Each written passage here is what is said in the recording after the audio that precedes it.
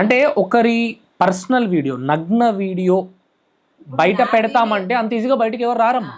నా వీడియో నేను పెట్టుకొని నా ఇజ్జత్ నేను తీసుకోలేను కదా, అట్లా వీడియోలు తీసి తీసుకుంటానా? మరి ఇప్పుడు నాకు కూడా పిల్లలు ఉన్నారు, మరి అట్లా ఎట్లా తీసుకుంటా? అంటే నా ఉద్దేశం ఏంటంటే ఈ వీడియో అందరూ చూస్తారు కదా, ఎవరైనా బయటికి వస్తే మళ్ళీ ఆ రోజు ఇదొక్కటే అనకుండా ఉన్నమాట ఉన్నరా అట్లా ఎవరన్నా. శరత్ గారు, అప్పటి వరకు మీ బిజినెస్ చాలా నార్మల్గా నడిచే బిజినెస్ మీది, అప్పటి వరకు లాస్ వచ్చి తర్వాత కష్టపడి అంచులంచులుగా ఎదిగినటువంటి పరిస్థితి మీద మీరు చెప్తున్నారు.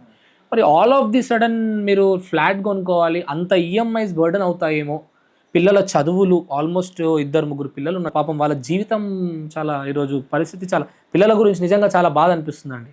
ఆ విషయం పక్కన పెడితే మరి పిల్లలు ఉన్నారు, వాళ్ళ చదువులు ఎట్లా, రేపొద్దున ఈఎంఐస్ ఎట్లా, రేపొద్దున కార్ ఈఎంఐ ఎట్లా, ఇవన్నీ బర్డన్ అవుతుందేమో, మనం ఆల్రెడీ ఒకసారి వ్యాపారంలో నష్టపోయిన వాళ్ళం కదా అని మీరు అనుకోకుండా అంత ధైర్యం ఎందుకు చేశారండి? మరి ఇప్పుడు నమ్మకం నా మీద నేను నమ్మకం, ఒకరి మీద నేను ఆధారపడలేదు. నా మీద నేను ఏదైనా ఒక దాంట్లో ఫెయిల్ అయినానంటే మళ్ళీ దానిలోనే దిగులుకుంటే నేను ఉండా, ఇంకా ముందుకు వెళ్దామని నేను ట్రై చేస్తా. నేను కూడా అదే చెప్తుండే ఆయనకి. ఆల్రెడీ మార్కెట్ షాప్ పెట్టినప్పుడు 10 లక్షలు పోయినాయి. అట్లా కూడా అప్పుడు కూడా ఒకళ్ళు నమ్ముతేనే వాళ్ళు కూడా మోసం చేసారు, 10 లక్షలు పోయినాయి.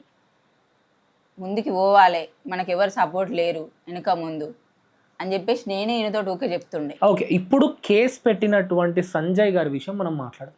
సంజయ్ అనే వ్యక్తి ఫస్ట్ మీకు ఎట్లా పరిచయం అండి? మీకు పరిచయమా, మీకు పరిచయం? నాకు పరిచయం. ఓకే, మీరు ఇన్స్టాగ్రామ్లో ఇన్ఫ్లుయెన్సర్ ఎప్పుడు అయ్యారండి?